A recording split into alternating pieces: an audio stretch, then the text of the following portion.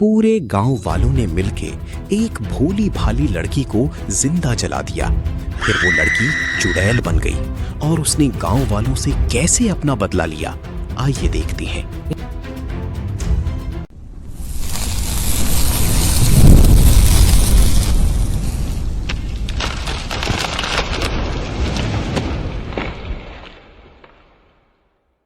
ओहो, आज तो लेट हो गया, रात ज्यादा हो गई, कहीं वो मिल ना जाए।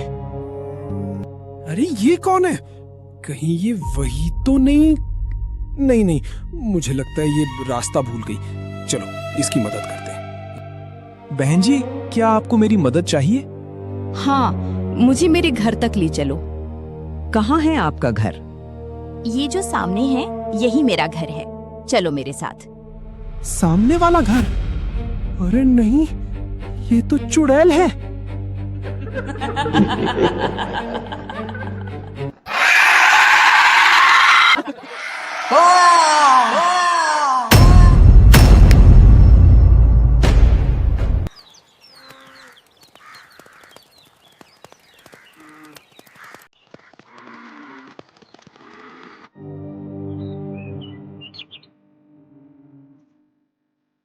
कल रात को वो चीखने की आवाज सुनी? उस घर ने तो पूरे गांव वालों को दुखी कर रखा है। हाँ भाई, कल रात रमेश को घर आने में देर हो गई। सुबह उसकी लाश मिली जंगल में। लोगों से मैंने कितनी बार कहा है रात को अपने घर से ना निकले। जब से वो हादसा हुआ है तब से उस माया का भूत गांव वालों को परेशान कर रहा है।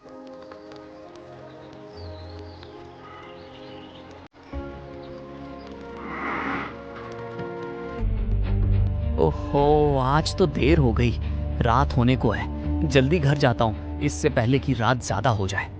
रामू अपने घर की तरफ निकल पड़ता है। सुनसान रास्ता, घना जंगल। चलते चलते उसकी नजर एक औरत पर पड़ती है जो बिल्कुल चुड़ैल लग रही थी। रामू पेड़ के पीछे छिपके उसको देखता रहता है।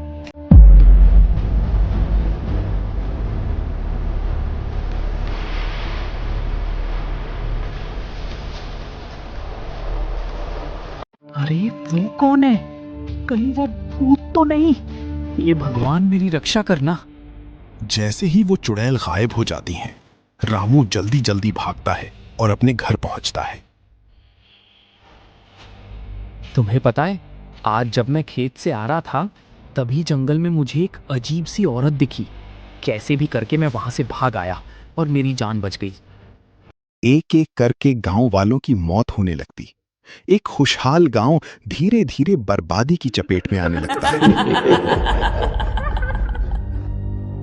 किसी को नहीं छोड़ना, सबको मार डालना। गांव वालों में डर और बढ़ जाता है। हर तरफ बस उसी चुड़ैल की बात होती है।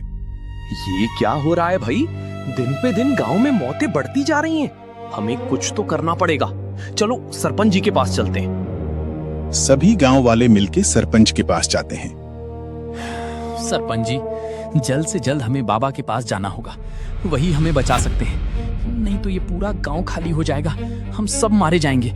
उस घर से हमें बाबा ही बचा सकते हैं। ठीक है, जल्दी जाओ और बाबा को खबर दो। बाबा से कहना इस मुसीबत से हमें छुटकारा दिलाए। बाबा जी, आपको तो पता है, जब वो जिंदा थी तो काला जादू करती थी। अब मरने के बाद भी गांव वालों का पीछा नहीं छोड़ रही हैं। जैसे आपने पहले हमें बचाया था, अब उस चुड़ैल से हमारे गांव को बचा लो बाबा। तांत्रिक गुस्से में आकर उस घर की तरफ निकल पड़ता है। कहां है तू? सामने आ। आज तुझे मुझसे कोई नहीं बचा सकता। आज तेरा आखिरी दिन है।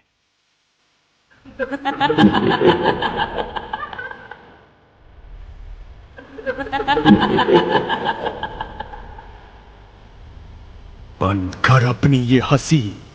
आज तुझे बोतल में कैद करके ले जाऊंगा। बहुत हत्याएं कर ली तुमने। तुमने और गांव वालों ने मिलके मुझे जलाया था। आज तुम आ ही गए मरने, क्योंकि मेरी ताकत तुमसे कहीं ज्यादा है।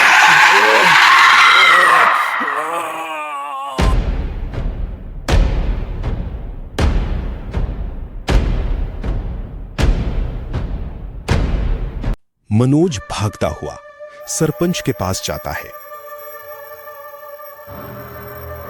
गांव के बाहर नाके पर तांत्रिक बाबा को लटका के मार दिया। लगता है वो चुड़ैल और भी ज्यादा ताकतवर हो गई हैं।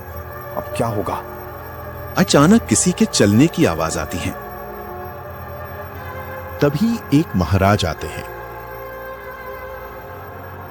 मैं इस गांव के पास से गुजर रहा था तो मुझे महसूस हुआ कि इस गांव में कुछ अजीब सा है। कोई आत्मा है इस गांव में। जी महाराज जी, एक आत्मा ने सारे गांव वालों को परेशान कर रखा है। एक बाबा थे जो उस आत्मा को पकड़ने गए, उनको भी उसने मार दिया। ठीक है, जैसा मैं कहता हूं वैसा करो, भगवान सब ठीक करेगा। रात को गांव वालों को जमा करके बाबा मंत्र पढ़ने लगते हैं उस आत्मा को बुलाने के लिए। तभी वो आत्मा आ जाती है।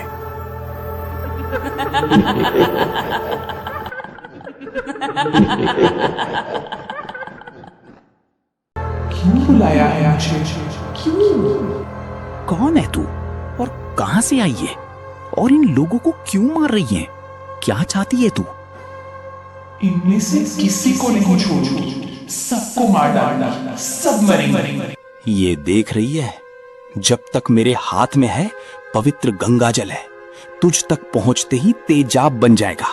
सीधी तरह से बता दे। बता मुझ पे मत डालना, बता।